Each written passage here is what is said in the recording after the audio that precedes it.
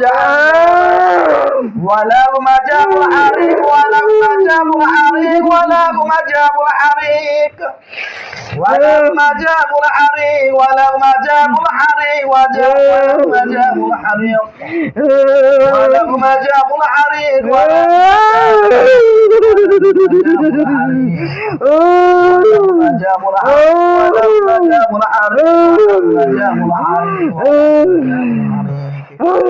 সবগুলোকে বেঁধে ফেললাম, যেতে দিব না ততক্ষণ কেউ যেতে পারবে না।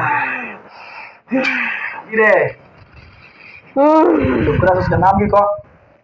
রক্ষাকালী। হ্যাঁ, রক্ষাকালী না কি গুলো? রক্ষাকালী। রক্ষাকালী, রক্ষাকালী দূর গেছে। কোথা থেকে আসছস? কোথা থেকে আসছো? আপনারা আসছেন কোথা থেকে? জেলা কোথায় আপনাদের? জেলা নেত্রকোনা। নেত্রকোনা। উপজেলা মদন। উপজেলা মদন না? রামসদার পাশে। বলুন তো আপনার রোগীটা কি কি সমস্যা হয়? রোগীর সমস্যা তো প্রায় 3 বছর ধরে ডাক্তারি করাইছি, প্রায় 2 বছর একাধারে। ওখানে মাথার সমস্যা, MRI করাই, কোমরের সমস্যা, এই ইঞ্জেকশন লয়, বাদে দেওয়া যায় যে হাত পাওয়ার সমস্যা, এইভাবে ডাক্তার দেখাইতে পেটও ব্যথা, পেটের ব্যথা করে তাকে গড়িয়ে মাথা প্রচন্ড ব্যথা, একবার বাদে এইভাবে ডাক্তার দেখাইতে একেবারে ফরা বইছে। ও না আর ফলায় না, ডাক্তার দেয়ানি। ডাক্তারে কোনো ওষুধ দিলে না, খালি কয় যে কোনো যে রোগের কথা বলছেন এই রোগী তো টেস্টে তো আয় না। তো হঠাৎ করে একদিন বাদে কবিরাজের কাছে যাওয়া হইলো। কবিরাজের কাছে যাওয়া হইলে কবিরাজে পরে দেখা গেল যে আমার পরিবারেই চিনি। তাহলে পরিবারেই চিনি, তো নামলে কেমনে চিনি? চিনি আর কি। তখন দেখা গেল যে এই কাজটা ওনার পক্ষে সম্ভব হয়েছে, ওনাই করছে। আচ্ছা, তখন ওনারে ধরা হয়েছে যে এটা আপনি এই ওনার ব্যাঙ্গে কইছে না যে আমি করছি, তবে আমরা ধরে নিছি ওনার আলামতে যে কাজটা ওনাই করছে। আর ওনা কইছে যে কিতা 72টা বান দিছে কোমর আনিয়া, 72টা বান দিছে, 160টা বান দিছে কোমর আনিয়া। এভাবে উনি বলছে, বলার পরে যে ওনারে ধরছি যে আপনি যেভাবে হোক আপনি পালা করে দেন। কোন দেওয়া ওনার পক্ষে সম্ভব হয় না পালা করার। বাদে ওনার লয়ে গেছে ওনার উস্তাদের এলো, ওনার উস্তাদেও পারে না। তান্ত্রিকের এই কাজটা করতে পারে, মানুষের খারাপটা করতে পারে, ভালোটা করতে পারে না। তখন হে কি তাদের এই কোমরটা থাকে তার অচলা, সে কিন্তু এই মনে 2 বছর হে আহার করে দেয় না। হে যে কি কায় একমাত্র হয়ে যায় না, এই যে কবিরাজ, এই কোমরটা থাকে তার অচল হয়ে গেছে। ও তারে উঠুতলে তুলে কুলরিয়ে আমি কই লই যে এইভাবে মনে করুন যে বাদে তার দ্বারা এটা সম্ভব হয়েছে। আচ্ছা, যাই হোক, ওনার কথা বাদ দেন। এখন ইনার শরীরে আর কি কি সমস্যা হচ্ছে? হাজির হয় বাদে দেখা গেল যে এইভাবে সে চিকিৎসা চালাইতেছে, আর জিন তো ঠিকই আসলে তখন এইভাবে রাত্রে যে কোনো সময় ফাউডিয়া এইভাবে নাচায়, এভাবে নাচায় বাদে উঠলে আরেকদিন আমি প্রশ্ন করছি আপনি কে? ওরা কয় না কইতাম না বলো তুমি কে? তুমি যদি ভালো লাগিলে এতাও তাহলে ঠিক আছে, তোমার আমরা কেজমত করাবো। হ্যাঁ, আমার কথা হলো যে তার ভেতর থেকে আমার কথাটা লয়, তুমি যদি ভালো লাগিলে এতাও তাহলে তোমার কেজমত করাবো। পরে দেখা গেল যে হ্যাঁ ঠিকই তার নাম কইছে, হ্যাঁ তার ঠিক করছে। তখন আমি কইছি যে তুমি যে আইবা, তুমি এমনি আয়া কষ্ট দিও না, তোমার যে কোনো সময় প্রয়োজন পড়ে তুমি আমাকে বললো আস্তে, আমি ডাক দেম, আমি তোমার এই নামে ডাক দেম, নাম দিছে, আমি যদি তোমার না এই নামে ডাক দিলে আইবা, কয়ে আয়া। আচ্ছা, ঠিক আছে। তখন আইব, তখন আইয়ে ঠিকই আমি ডাক দিল না দিলেও আয়া বইতে আয়া কষ্ট দে। তখন এটা একটা যন্ত্রণা না। কতদিন থেকে? এটা প্রায় এই ঘটনাটা হইতাছে 2 বছর ধরে। পরে দেখাইলাম এক হুজুরে দেখাইলে বা 2 হুজুরে এই 3-4 ডারে মাছছেও, 3-4 মাছ। কত টাকার ওষুধ দেখাইছিলেন? হ্যাঁ, কত টাকার ওষুধ দেখাইছিলেন? এই আমাদের এলাকারই আমি এই আরেক থানার আর কি, আটপাড়া থানার তো 3-4 মারছে। মারার পরে যে এইভাবে সময় যাইতাছে, যাইলে তখন আবার দেয়া যায় উপস্থিত হয়েছি।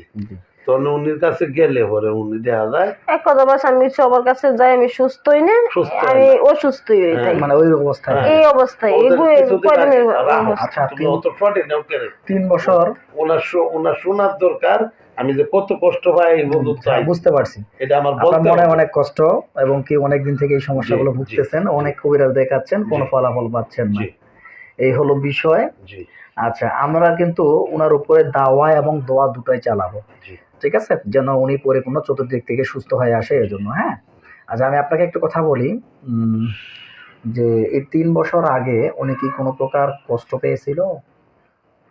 কোনো কি না, আমরা কোনো জাতের কোনো কষ্ট পাওয়ার কোনো কারণে মানসিক ভাবে, যেমন না, মনে করেন যে না, ওনার উপর টর্চারিং না হওয়া বা কোনো লাভ ইস ডিসঅ্যাপয়েন্টেড, মানে না। কোনো সম্পর্ক এটা কিছু না।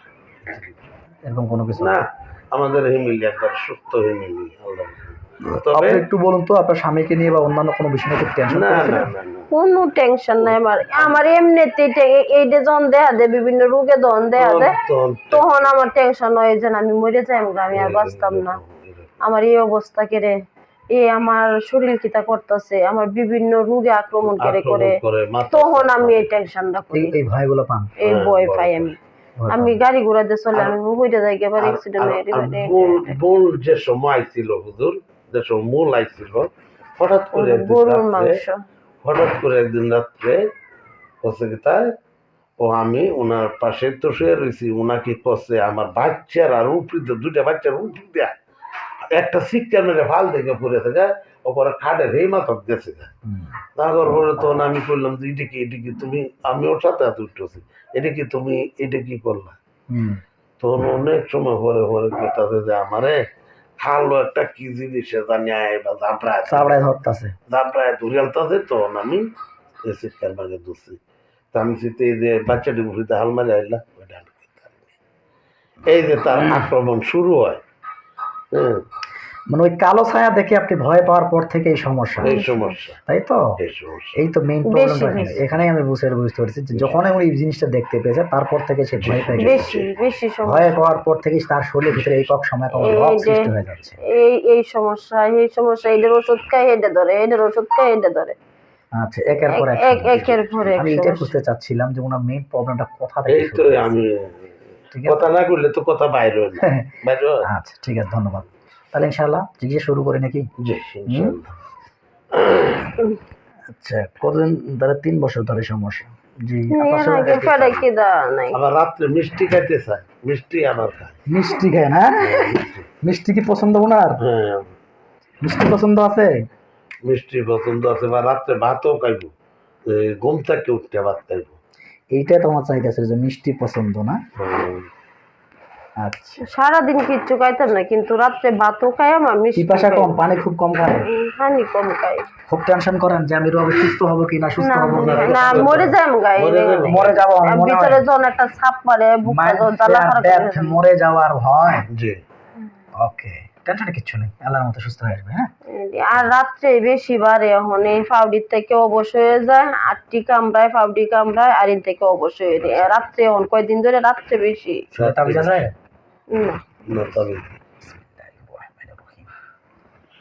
এই রোগের উপরে যতগুলো জিন্নাতের আসর আছে, তোমরা পৃথিবী যেই প্রান্তে থাকো না কেন, দ্রুত করে শরীরের ভিতরে হাজির হও। তোমাদেরকে আমি আল্লাহর কোরআনের আয়াতের শক্তি ধরে এনে বডিতে ঢুকাচ্ছি।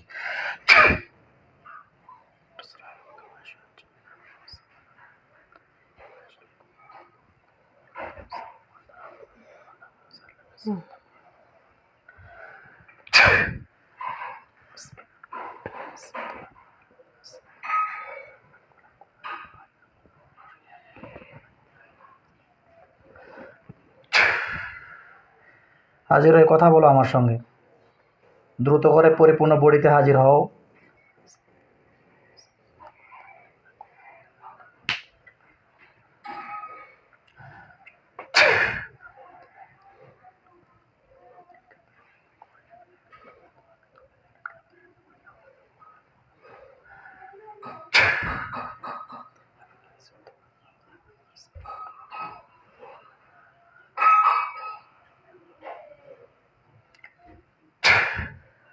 বিসমিল্লাহির রহমানির রহিম বিসমিল্লাহির রহমানির রহিম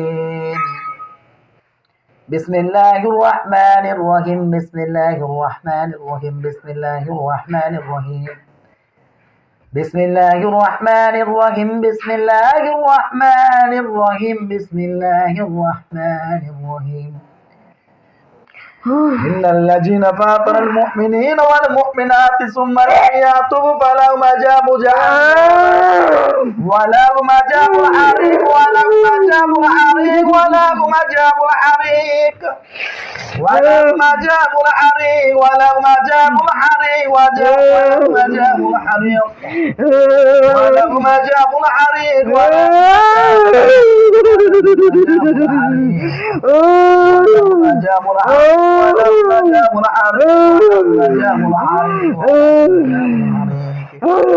সবগুলোকে বেঁধে ফেললাম, যেতে দিব না ততক্ষণ কেউ যেতে পারবে না। বলো, কথা বলো, কি নাম? কথা বলো। তোমাদেরকে আল্লাহর কোরআনে এত শক্তি বেঁধে ফেলেছি, যতক্ষণ যেতে দিব না ততক্ষণ পর্যন্ত এই বডি থেকে কেউ যেতে পারবে না ইনশাআল্লাহ। বলো, কি নাম আপনার?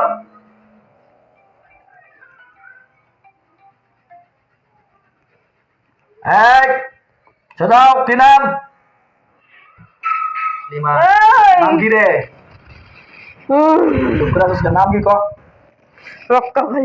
হ্যাঁ, রক্ষাকালী না কি বলো? রক্ষাকালী।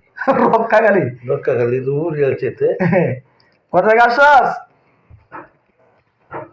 কোথা থেকে আসছো? কালী মন্দির। কালী মন্দির থেকে আসছো? কথা বলো, হ্যাঁ, কিছু করবো না, কথা বলো, কিচ্ছু করবো না। তোমরা আমার শত্রু নও যে আমি তোমার ক্ষতি করবো, ঠিক আছে?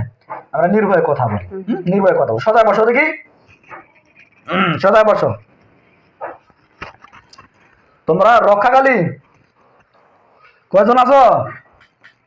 7 জন। রক্ষাকালী তোর নাম? তো রক্ষাকালী রক্ষা করবি, তুই ক্ষতি করে কেন মানুষের? পাঠাইছে? আচ্ছা, কতদিন আগে? 4 বছর। 4 বছর আগে পাঠাইছে? 4 বছর আগে পাঠাইছে। তোমরা কি রুগীর বডিতে সবসময় থাকো? সবসময় সবসময় থাকো তো? 7 জনই থাকো?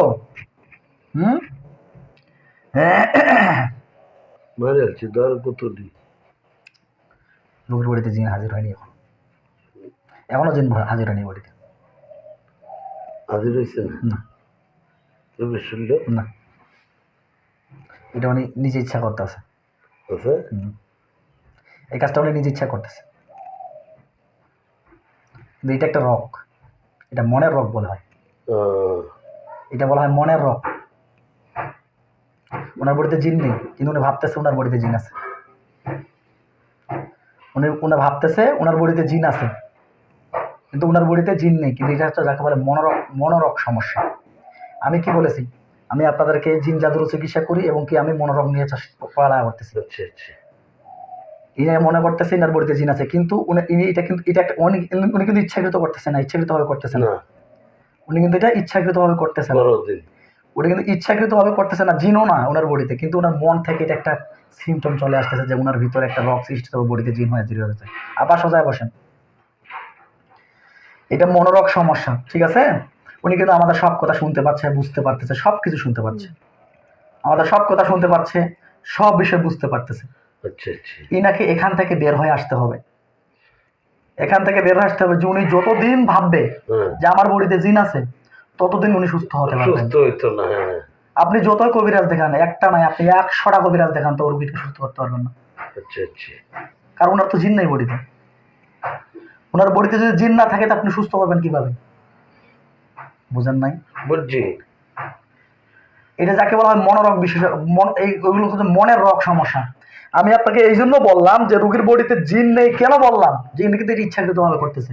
উনি কিন্তু আমাদের সব কথা শুনতে পাচ্ছে, আল্লাহর কসম করে বলতেছি, আচ্ছা ওনাকে বলুন যে উনি আমাদের কথা শুনতে পাচ্ছে কিনা। শুনতেছ? হ্যাঁ বলেন নাই?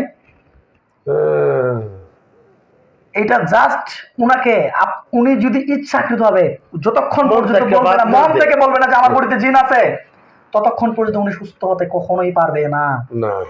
উনি ততক্ষণ পর্যন্ত কখনোই সুস্থ হতে পারবে না। আমি আপনাকে 100%, আপনি কি বলছেন না যে জিন জবাই করলে আরেকবার চলে আসে? জিন থাকলে জবাই করবেন কি? জিন যদি ওনার বডিতে না থাকে জবাই করবেন কি বলেন? জি জি, এটা তো হে হুজুরে বলছে যে আমি তো জানি শেষ করে দিয়ে দিলাম। আবার যখন আপনি আমার কথা সবকিছু শুনতে পাচ্ছিলেন, তাই না? আপনি যে এরকম কাজটা করতেছেন আপনি কি বুঝতে পারতেছেন না, কিন্তু এটা আপনার রোগ, আপনি ইচ্ছাকৃতভাবে করতেছেন এটা নয়। এটা আমি বলবো না যে আপনি ইচ্ছাকৃতভাবে করতেছেন, কিন্তু এটাও আপনার একটা রোগ, যাকে বলা হয় মনোরোগ বলা হয়। মন থেকে এই সমস্যাটা, আপনার মেইন সমস্যা হচ্ছে মনের ভিতরে ভয়। এই ভয় পাওয়ার কারণে আপনার ভিতরে অনুভূতি হচ্ছে আপনার বডিতে কিছু যেন একজন আছে, বা কিছু যেন আপনার শরীরে কেউ যেন বাসা বেঁধে আছে। আমি আপনাকে একটা কথা বললাম, আপনি আজ থেকে টেনশন উঠিয়ে ফেলেন যে আপনার বডিতে কোনো জিন নেই।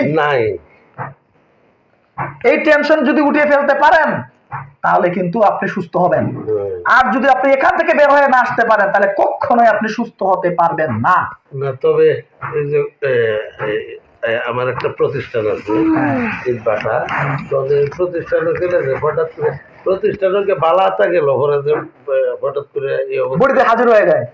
আপনাকে কি বললাম, উনি যখনই চিন্তা ভাবনা গুলো করবে একটা ভয় পেয়ে যাবে, একটা চিন্তা ভাবনা করবে, সঙ্গে সঙ্গে ওনার রক্তটা বেড়ে যাবে। যাকে বলা হয় মাইন্ড ফেয়ার এগ্রিভেশন, যাকে বলা হয় ভয় পাওয়ার সঙ্গে সঙ্গে রক্ত বেড়ে যাওয়া। যে কোনো চিন্তা ভাবনা করলো, ভাব পাইলো, সঙ্গে সঙ্গে সে ব্যক্তি ভয় পেয়ে যাবে। বুঝতে পারছেন? আমি আপনাকে বলবো, রুগীকে যদি আপনি কবিরাজ দেখান, 100টা কবিরাজ নেই, আপনাকে আরো যদি আপনি অহরহ ডাক্তারের কাছে কবিরাজ করেন, রুগী সুস্থ হবে না। আমি আপনাকে বলতেছি, আমি এই কাজটা করে দিচ্ছি, তেল পড়া, তেল পানি যা যাবতীয় লাগে আমি সবকিছু করে দিচ্ছি, এবং পাশাপাশি কিছু ওষুধ লিখে দিচ্ছি। ইনশাআল্লাহ রোগী সুস্থ হয়ে যাবে। দোয়া করি আল্লাহর রহমতে আপনার সুস্থ হয়ে যাবে। বিষয়টা বুঝতে পারছেন আপা? আমি বিষয়টা বুঝাইতে পেরেছি আপনাকে? আপনি যে মনে হচ্ছে যে আমার বডিতে জিন আছে এরকম, এটা কিন্তু আপনার নয়। এই যে আমার কথা বললেন না যে ওখানে বসে আছেন, আমার শরীরে বোঝা কে যেন হাজির হয়ে গেল, আপনি কিন্তু, আমি যখন রুগীদের সঙ্গে কথা বলছিলাম তখন কিন্তু এগুলো ভাবতেছিলেন। আপনি যখন ভাবতেছিলেন, যখন চিন্তা ভাবনা করছিলেন আমার বডিতেও জিন হাজির হয়ে যাবে, তখন কিন্তু অটোমেটিকলি আপনার রক্তটা বেড়ে গেল। ঠিক আছে, উনি ক্লিয়ার ভাবে বলতে পারবে না। তো আপনাকে একটা কথা বলবো, আপনি জিন নয়, আপনি যদি 100টা জিন জবাই করেন রোগীকে সুস্থ করতে পারবেন না। লক্ষ লক্ষ জিন যদি জবাই করেন রোগীকে সুস্থ করতে পারবেন না। কারণ আপনার রোগীর ভিতরে জিন না থাকলে সুস্থ করবেন কি?